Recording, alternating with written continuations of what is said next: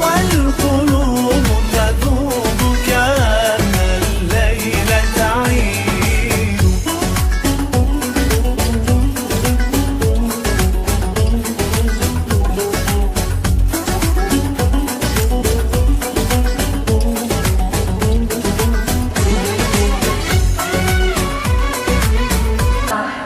وما اهتدى قلب وانشرح، وما عم فينا سرور وفرح.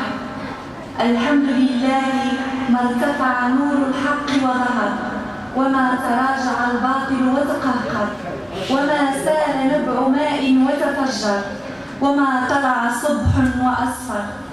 وصلاة وسلاما طيبين مباركين على النبي المطهر صاحب الوجه الأنور والجبين الأزهر. ما سار سفين للحق وأبحر، وما علا نجم في سماء وأبهر. وعلى آله وصحبه خير أهل ومعشر، صلاة وسلاما إلى يوم البعث والمحشر.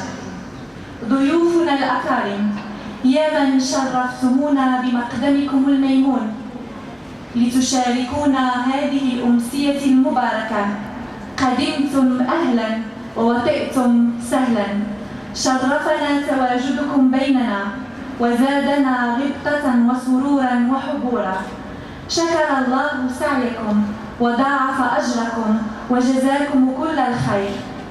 أيها الحضور، كما أشرنا في دعوتنا لكم أن القصد من حفلنا هذا هو الاحتفاء باختتام الحملة الخيرية الرمضانية لهذه السنة، والتي لولا دعمكم وتعاونكم لما كانت بهذا النجاح الذي نتمنى أن يستمر ويتضاعف في السنوات القادمة إن شاء الله تعالى.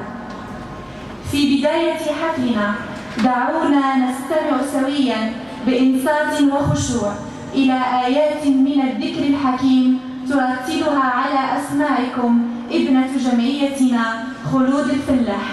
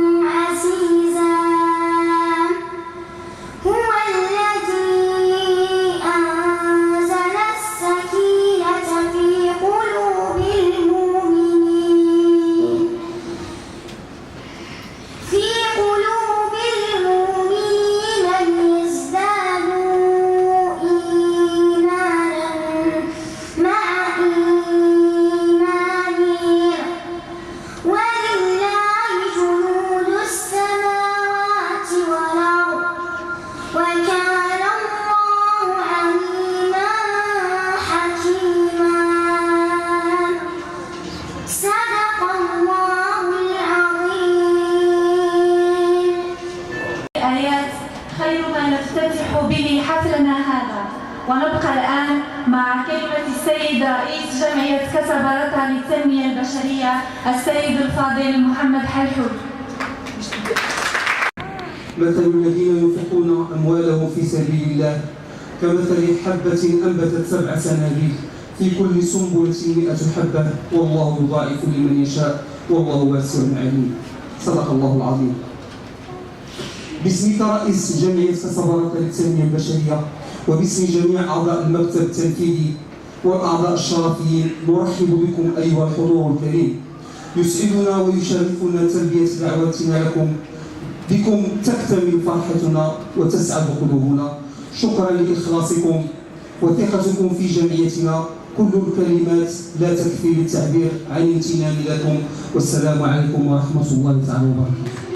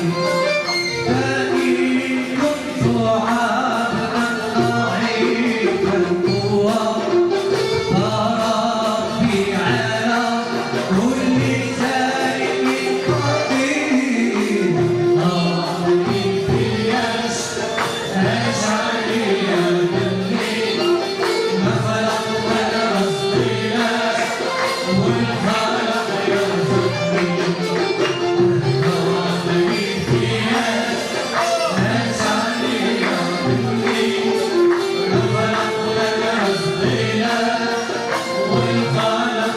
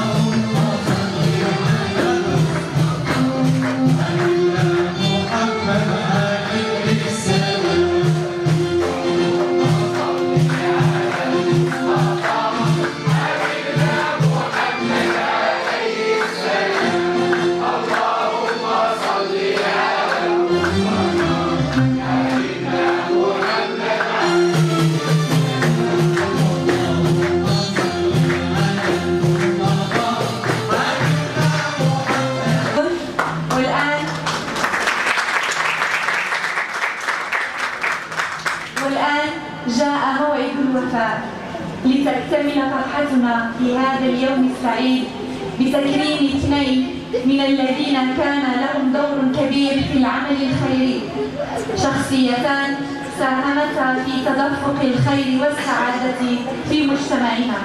الشخصية الأولى هي والدتنا جميعا، والتي كان لها الفضل الأول بعد الله سبحانه وتعالى في تأسيس هذه الجمعية، سيدتنا عصامية تحب الخير وربت أبنائها على حبه.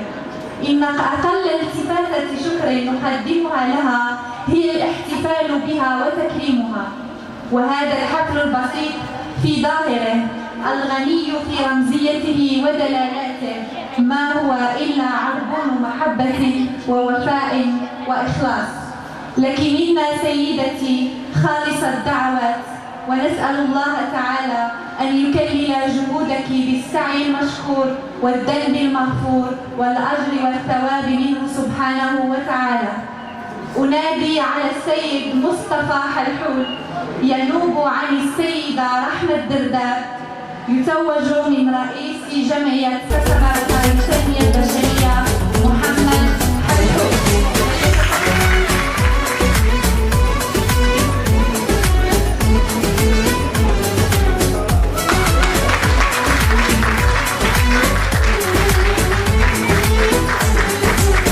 الشوق قد زاد القلب حنينا، ولقاؤكم لو يوما يشفينا. قلبي يرتاح همي ينزاح، وجودكم تحلو الأفراح يا ليل، وجودكم تحلو الأفراح.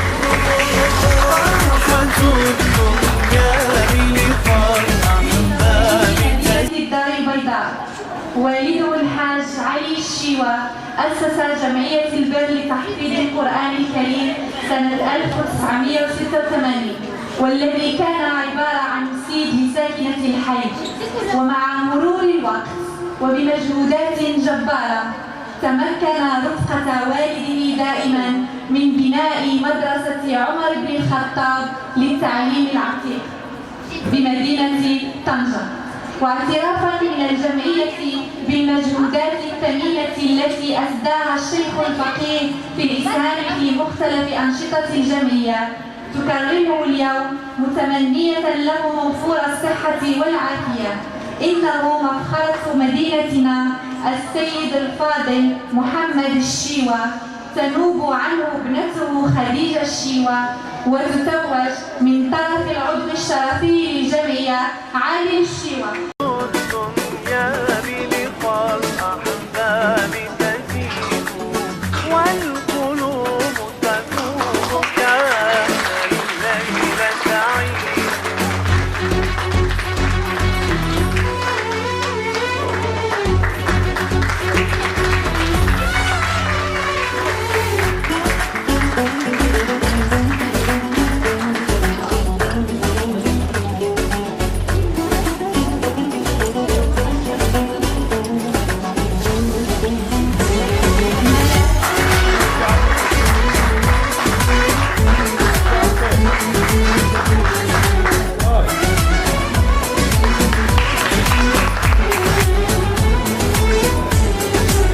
يا مرحبا بالأحباب وأهلا، يا من نشتاق لرؤياكم دوما في العين سلام، في القلب كلام، لنوركم تحلو الأيام يا عيني، لنوركم تحلو الأيام.